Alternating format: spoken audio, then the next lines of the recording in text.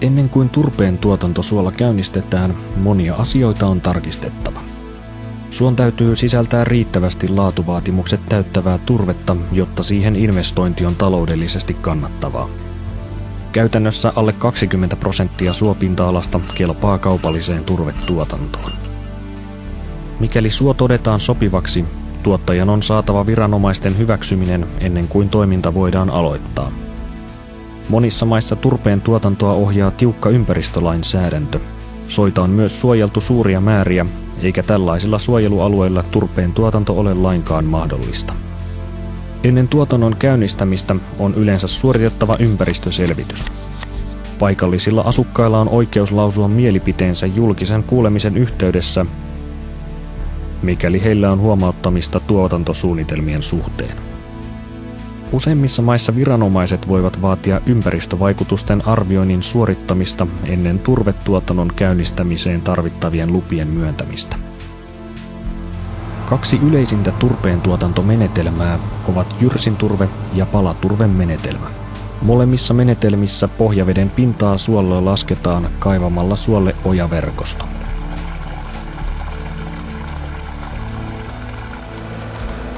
Ojituksen avulla turpeen vesipitoisuutta saadaan lasketuksi. Samalla suo tiivistyy ja koneiden liikkuminen suolla tulee mahdolliseksi. 3. turpeen tuotantomenetelmä on märkänosto, jota käytetään muun muassa Ranskassa. Jyrsin menetelmässä suosta jyrsitään ohut kerros turvetta, joka jätetään suon pinnalle kuivumaan. Kuivumisen kestoaika riippuu auringon, tuulen ja ilman kosteuspitoisuuden yhteisvaikutuksesta. Turve voi parhaassa tapauksessa kuivua muutamassa tunnissa, mutta jos sää on pilvinen ja sateinen, kuivuminen voi kestää muutaman päivän. Ennen kuin turve kannattaa korjata aumaan, sen kosteuspitoisuuden on pudottava noin 40–50% tasolle. Kuivuttuaan tarpeeksi turve kootaan imuvaunuihin tai mekaanisiin kokojavaunuihin ja kuljetetaan suon reunalla sijaitseviin varastoaumoihin. Turvetta voidaan normaalisti tuottaa toukokuun ja syyskuun välisenä aikana, mutta tuotantokauden pituus voi vaihdella maittain ilmastollisista olosuhteista riippuen. Palaturvemenetelmä ei ole yhtä yleinen kuin jyrsin menetelmä, koska se on kustannuksiltaan kalliimpi. Tietyt käyttökohteet sekä polttoaineena että kasvuturpeena soveltuvat kuitenkin paremmin palaturpeelle. Palaturvemenetelmässä turve leikataan suosta kiekkojyrsimellä ja levitetään suon pinnalle kuivumaan noin 2–4 viikon ajaksi. Kasvualustaksi tarkoitetut turvepalat leikataan suosta kaivinkoneeseen asennetun leikkurin avulla. Palamaisen kasvuturpeen kuivuminen voi kestää jopa yli vuoden ennen kuin se on valmis jatkokäsittelyyn. Tuotantoalueelta poistettavan veden tulee olla riittävän puhdasta ennen alapuoliseen vesistöön laskemista. Tarpeellinen puhdistusteho saavutetaan noudattamalla viranomaisten vahvistamia ohjeita, jotka säätelevät kuivatusvesien puhdistusta ja laadullisia ominaisuuksia.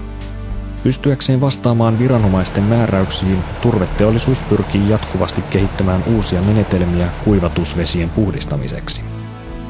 Esimerkiksi Suomessa sijaitsevalla Ahvensuon turvetyömaalla kuivatusvesi johdetaan ojia pitkin erityisiin altaisiin, jonka pohjalle veteen sekoittuneet turvehiukkaset osaksi laskeutuvat.